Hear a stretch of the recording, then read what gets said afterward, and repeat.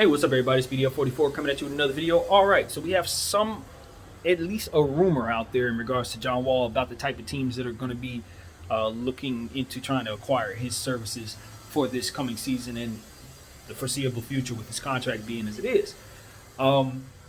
What's been reported is that it's the Clippers, the Pistons, and the Heat that are in negotiations at the moment, that are talking to the Houston Rockets, try to see what's out there for them in regards to pulling in that contract. Now, I took it to the trade tracker, as I'm supposed to do in these situations, try to see if it makes any sense.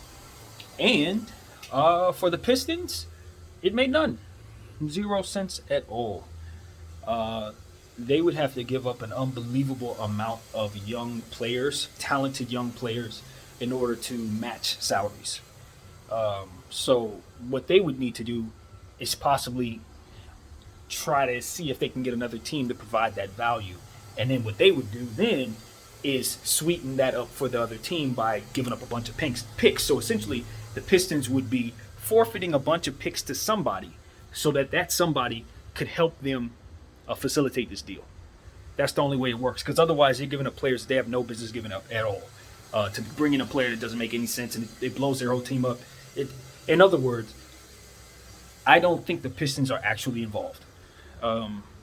Now, did they field the calls just to see what the lay of the land is? Maybe to try to get gauge the temperature, see what could be done, see what Houston actually wants? I'm pretty sure they did. Did they do it on their own behalf? That's a whole nother conversation. Because to be honest with you, for the Pistons themselves, this doesn't make any sense on no level at all. John Wall does not help them. To acquire him, they have to give up too much. And in doing so, the team would make absolutely no sense based on what it is I looked at. Type of players they got to give up, like Stewart and Bay, Killian Hayes, all those guys would have to go in order to make the numbers work. You got Corey Joseph on a $12 million deal, which is a head scratcher, one of the worst contracts of the year. But even so, it still don't match up well unless you throw in players like Jeremy Grant to make that make sense. You have to understand the Pistons would be making the worst decision possible by doing anything of the sort. Even for the scenario that I gave you in regards to them giving up picks to somebody else and say somebody else take on that salary value for them, that still doesn't make any sense, because they would have to give up so many picks to try to facilitate that process. No, Pistons out. Absolutely not. That's not happening. The next team was the Miami Heat. Believe it or not, it was even less likely, honestly. Even less likely. First of all, they just brought in Kyle Lowry. So they have their point guard situation set. John Wall is trying to get away from being a backup point guard, so that would be anti-everything in regards to what it is that he said he wants for himself. Not to mention that the Miami Heat, if they're going to be taking on that type of salary, they need to address other things, because they already have a contending team. They just need to get a little bigger. So John Wall doesn't help them with that. And third, in order to make the numbers match up, according to what the trade tracker told me, they would literally have to give up Bam Adebayo in order to make this happen. So that's very funny. Ha, but nobody's doing that. So, yeah, the Heat, that didn't make any sense. That's also something that, by way of logic and what I saw, it's just simply false. The Heat are not involved. Okay, and I looked at the Clippers. Clippers, we know. You don't even have to think too much about the Clippers. You know they don't have anything that anybody would want. Cut and dry. The numbers match up for a trade if they want to add Bledsoe, who they just got, Morris and Kennard. And Houston should not take that deal, to be completely honest with you, unless it's attached with a lot of picks, for which the Clippers don't have to give. They don't have picks. They don't have anything other than what it is that they would be offering in value in terms of those players. Now, instead of picks, what the Clippers could do is toss Terrence Mann on top of that deal to kind of sweeten it, as to which Clipper fans would then collectively go down to Staples Center and burn the place down. Laker fans wouldn't like that too much, because that's our building too. So, nah, that's not going to work, Clippers. I'm sorry. You guys are not involved on the John Wall sweepstakes either, unless you find a way to trade Paul George for him. That's the only way that works. So no, that's not going to be the case. What I'm here to tell you is the rumor about those three teams being uh, in conversations for John Wall, probably false. That's what I'm here to tell you guys. That's probably false. It was reported. I think that people were having conversations all over the league, but those three particular teams, mathematically, it would require some incredible acrobats in order for them to fit John Wall into their cap without blowing their entire teams up. So those three destinations are not happening, let alone should this be considered. That's just not happening. And we're going to keep on knocking on walls, and we're going to keep on screaming to the top of the top of the world that the only trade that you need to be making if you're Philadelphia and if you're Houston is that of the trade of Ben Simmons and John Wall. It's been stated on this channel over 600 times, including probably 3 times today. It's the only thing that either team should be considering right now.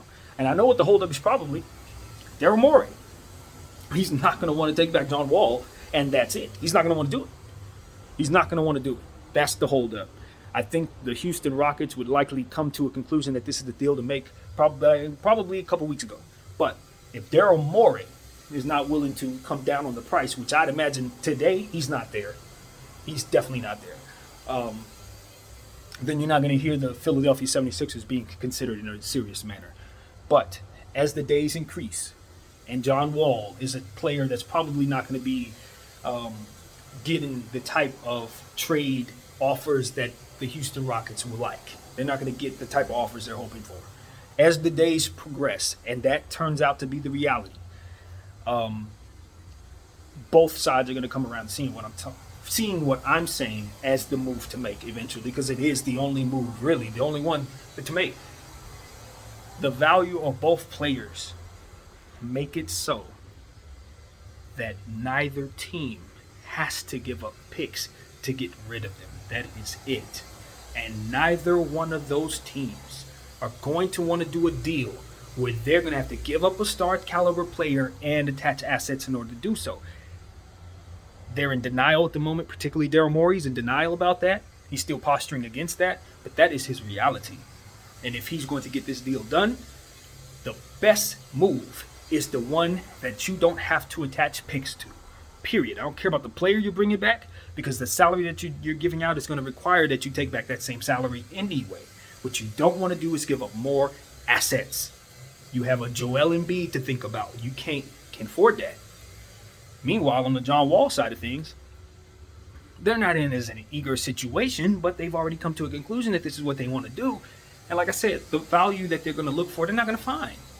They're going to want to find assets, picks, players, all that stuff.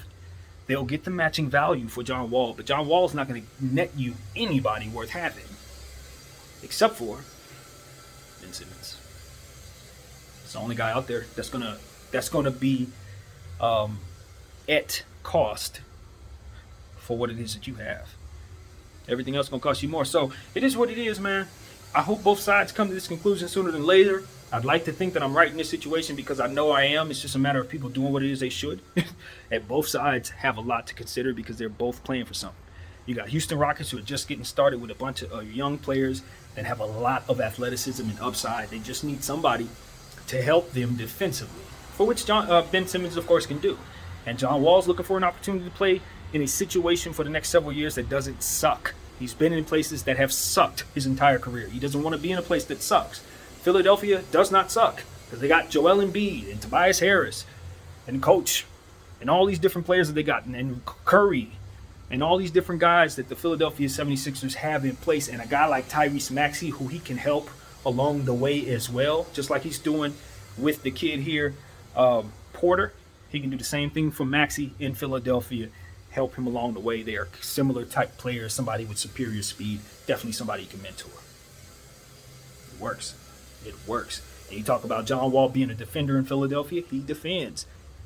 Bible's still on the team. They're going to have a fantastic team in Philadelphia if they bring in John Wall. It's not going to be an issue. John Wall's numbers were up to par with John Wall production as usual. He just need to come back from his injury. So, for those of you who've been following me, I am sorry you had to listen to this again, but this is really the only thing to say in regards to the situation. Until the trade is made, or until someone does something else, there's not really a whole lot to say. It's going to be a lot of rumors put out by people who have their own agendas. As always, trying to use misdirection to try to change the value of these players. But the reality is, Trade Tracker will let you know if something makes sense. Pistons make no sense. Clippers, not for the Rockets. And Miami, that's bam, really, no. So that's what I got, man. My name is BDF44. Thank y'all for watching. I'm out.